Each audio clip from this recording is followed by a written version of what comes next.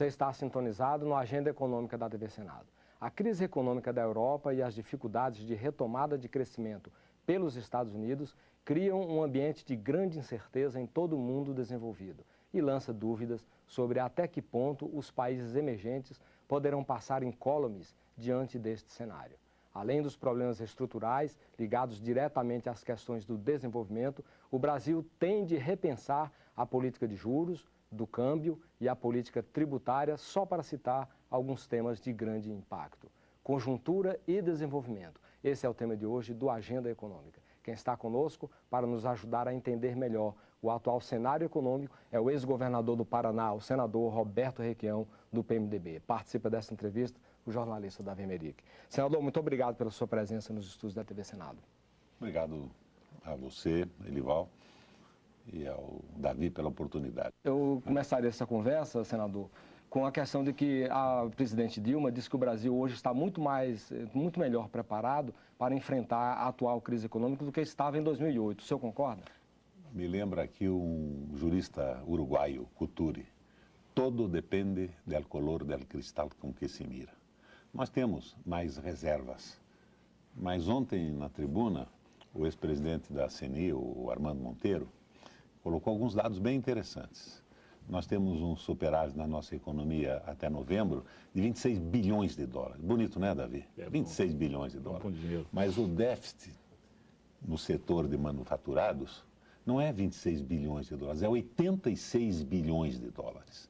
E há 5 anos atrás, o déficit era 6 bilhões de dólares. Então, nós estamos num processo de primarização da nossa economia.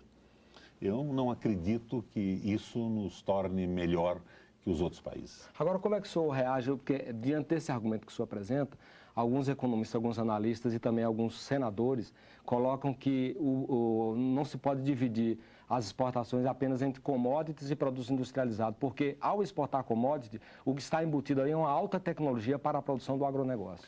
Isso é uma mentira brutal, né? Até porque as commodities agrícolas têm um peso bem menor do que o minério de ferro e o petróleo, que são a base das nossas exportações. Fundamentalmente é minério de ferro e petróleo e vem depois, significativamente, mas não na mesma proporção, as commodities agrícolas. Então, tapar o sol com a peneira, esconder a realidade não leva a nada. O Brasil está melhor do que antes? Está. Temos reservas significativas. Eu diria que nós estamos primarizando a economia. Sim, mas veja bem, não há uma involução do desenvolvimento industrial. O que não existe é um crescimento do desenvolvimento industrial na mesma ordem das exportações. Bom, tecnologia embutida no agronegócio, meia verdade. Não aumentou 1 quilo o peso das exportações de produtos agrícolas. O que tem aumentado é o preço. Então, nós não estamos com uma produtividade mais alta e nem o processo de incorporação tecnológica é tão fantástico assim. O que existe é uma demanda chinesa apreciável, né? 13,5% nos últimos anos de crescimento econômico, que levou a encomendas brutais de commodity e a elevação do preço. Mas e agora? Quando os Estados Unidos entra em crise e o principal mercado dos Estados Unidos é a China. E a China vai comprar menos. Isso vai significar que vamos vender menos, ou pelo menos vamos vender por menor preço se ela nos der preferência nas compras. Então, a situação não é esta maravilha. Mas eu acho que a presidente tem tomado algumas medidas interessantes. E acredito que até... Por exemplo? Tem tomado, por exemplo, redução de juro, né? Eu acredito que nós vamos rapidamente a 9%. Gostaria que fosse muito menos. Redução de impostos, medida interessante também. Mas nós já estamos com 50% das famílias, as famílias endividadas, até 50% da sua receita. Isso é bom? Então diz, não, mas no mundo inteiro é assim. Não com os juros brasileiros. É verdade. Né? Nós estamos fabricando um subprime brasileiro, que foi como os Estados Unidos entrou na crise. Não é?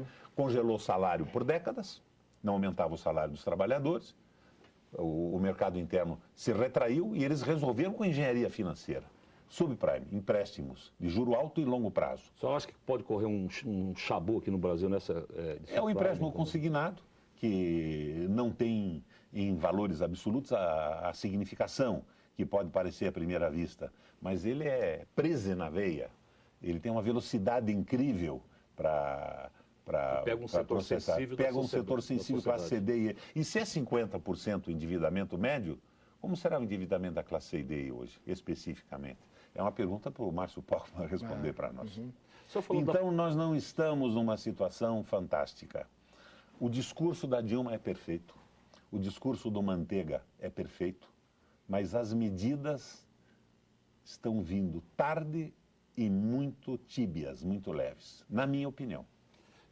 O senhor fala que o país está num processo de primarização. Quais seriam as medidas que o governo poderia adotar mais para tirar o país dessa linha? Já devia ter adotado há um tempo atrás. Eu sempre cito... O Plano Brasil Maior não resolveu um pouco isso, não? O Plano Brasil Maior não foi mal. Eu, inclusive, acho que algumas medidas tomadas pelo ministro da Inovação Tecnológica, o Mercadante, são muito boas. Eu acho que é um dos bons ministros que nós temos no governo.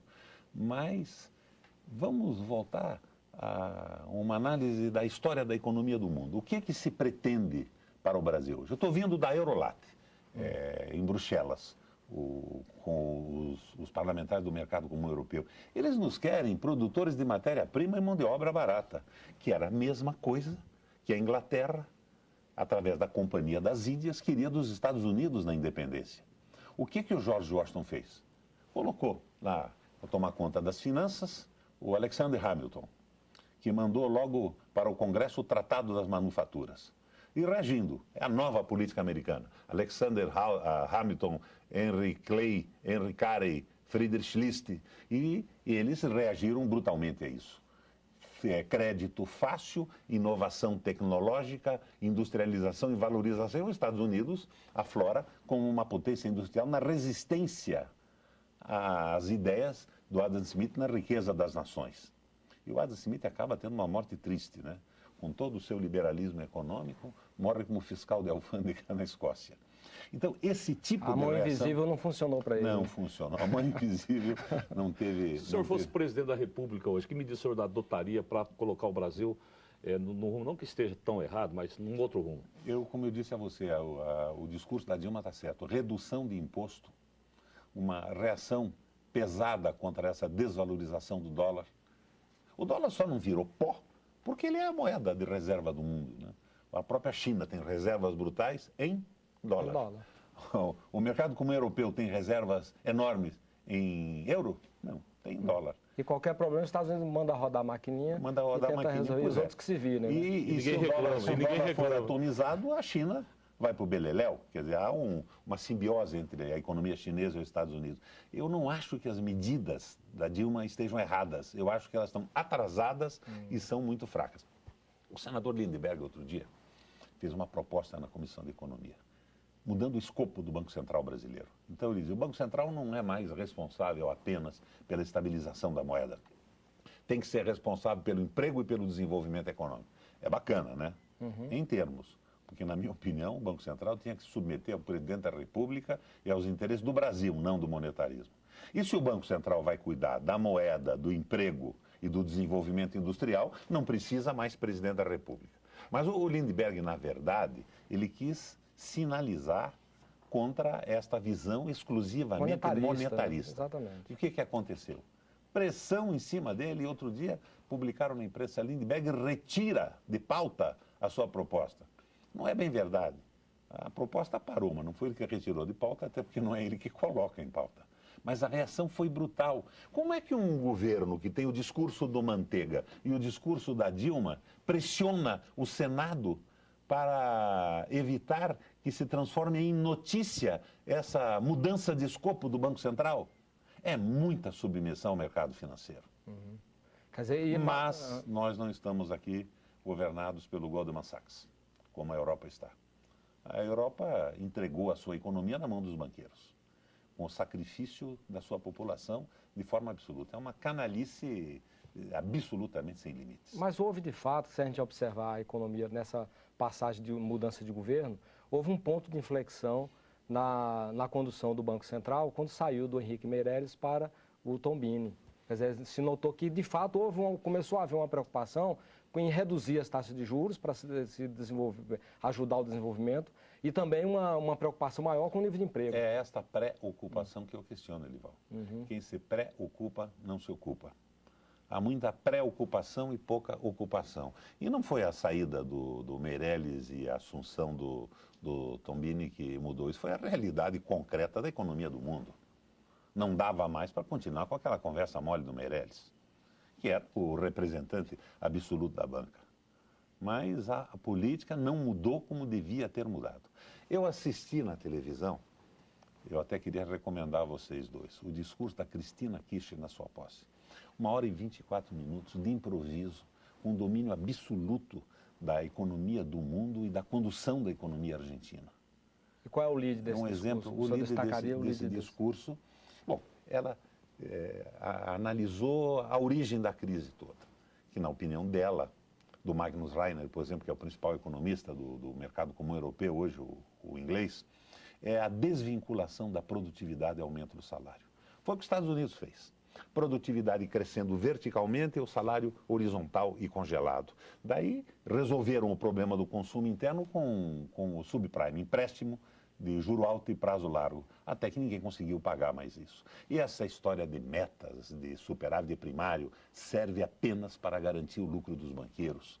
E a Cristina completava esse raciocínio dizendo: não sou presidente das corporações, sou presidente de 40 milhões de argentinos.